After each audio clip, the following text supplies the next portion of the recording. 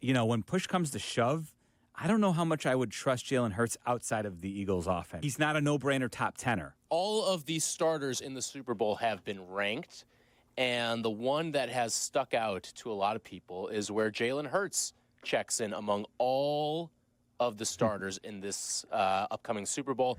He is 14th on the list, which people have taken exception to. A lot of people think he should be inside the top 10. What do you guys think on Jalen Hurts checking in at 14? Who's taking exception to it, other than Jalen? People from the morning show the other day. Oh, really? Justin What did they Pottinger say? was very fiery with Shay and myself the other day. Interesting. What was the... when they say, ranked, it's essentially like if you were drafting players, in what order would you kind of draft them off of both teams' rosters, right? And I think positional importance is not totally taken out, but to a degree has been taken out. Yeah, it does lose a little bit. And I don't know how you necessarily do that, but Mahomes is number one. That's a no-brainer. Saquon Barkley's 2, Chris Jones is 3, Jalen Carter's 4. Where am I finding that at? Because I'd like to look at this list. CBS Sports. Okay. Jalen Carter is 4th. Lane Johnson is 5th. Creed Humphrey, the Chiefs center, is 6th.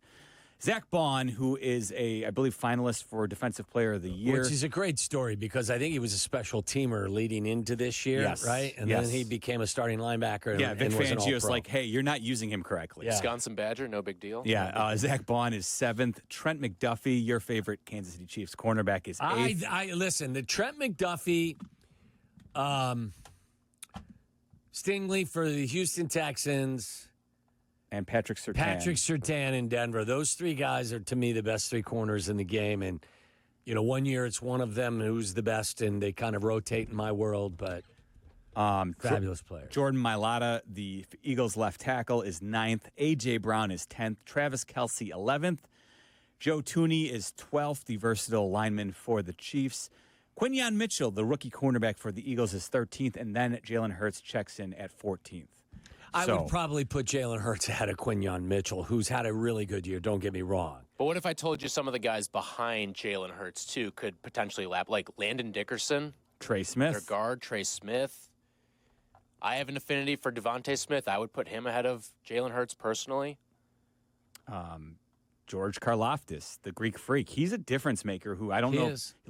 Every time I watch the Chiefs play an entire game, he's constantly making huge plays, and his versatility is really interesting. The Eagles have arguably the best defense in all of football. Josh Sweat led the team in sacks. He's well behind Hurts. Yeah, I don't really have a huge problem with Jalen Hurts being put in that 14th spot, and partially because when I look around the league and kind of like rank him in quarterbacks, he's a really good quarterback. Yeah. But you and I have kind of been on the same page regarding this. I was surprised when they gave him the big money deal after they made the Super Bowl and played the Chiefs the first time around. Yeah. And I wondered if it was going to hurt their ability to build their roster. Clearly, that has not been the case. No. Howie Roseman has proven he's excellent and the Masterful. best at what he does. And so he's surrounded with Jalen Hurts with a lot of talent.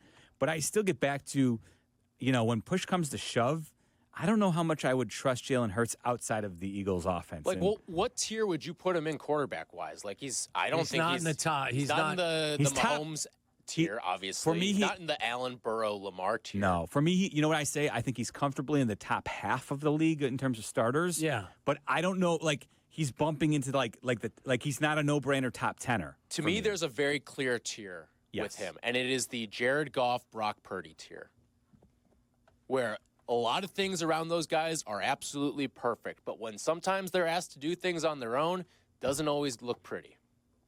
Well, there's no doubt. I mean, he's got as much help as any quarterback in the National Football League, right? If between Devontae Smith and A.J. Brown, Goddard's a good tight end. Great offensive line. The best lines, yeah. Barkley. A great I know they don't directly help him, but he doesn't have to go out and score 30 points a game. His supporting cast is spectacular. I think it's the best in football. And oh, by the way, they have a hack play too. The tush push, but that's a result of him. I do think that is a result of him. But when you're starting every drive playing 1st and 9,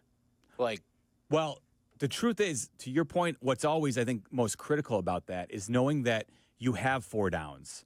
To make a first down it's so critical because then it opens up your playbook on third down. And a lot of teams don't necessarily feel as comfortable as the Eagles do. But, like, listen, if it's 3rd and 5, they can easily feed the ball to Saquon with a good, an off-tackle run because they know, they feel good that if they just get to a 4th and short situation, they can go ahead and, use the tush-push for a first down there. So I think that's a huge advantage that sometimes that is sometimes underrated.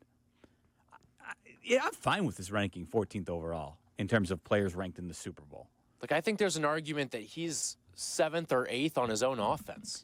Yeah, I don't think it's a huge slight, and the truth is that if you just started a team with Jalen Hurts, I don't know, like, if he doesn't have all these talented players around him, I don't know how great his team ends up being with just him as the starting point. I mean, again, I think this performance is going to go a very long way in determining his legacy. I think that goes without saying, but especially him. Because I think if he goes out there and beats Mahomes and plays well, and again, if in fact Spags goes out there and tries to contain Barkley, and a big reason why they win is Jalen Hurts delivers in crunch time, I think everyone's going to feel differently about Jalen Hurts. Yeah. I think, like, looking back on what his Super Bowl performance was the first time, you take that fumble out, there's a case to be made that he could have been MVP of that game in a losing effort. Yeah. That's how well he played. Yeah. And I remember, I think we were at your place, Waddle, watching the game, and we were saying, like, even with the fumble, there's a chance that he could win MVP. Yeah. Has it ever happened that a member of the losing team? I believe. It happened, I believe it was a Cowboys player. In the 70s. Yeah. But one time an MVP has come from Randy White? effort. Was it Randy White? I want to say it was like a Chuck something. Chuck Howley? Not Chuck Cecil.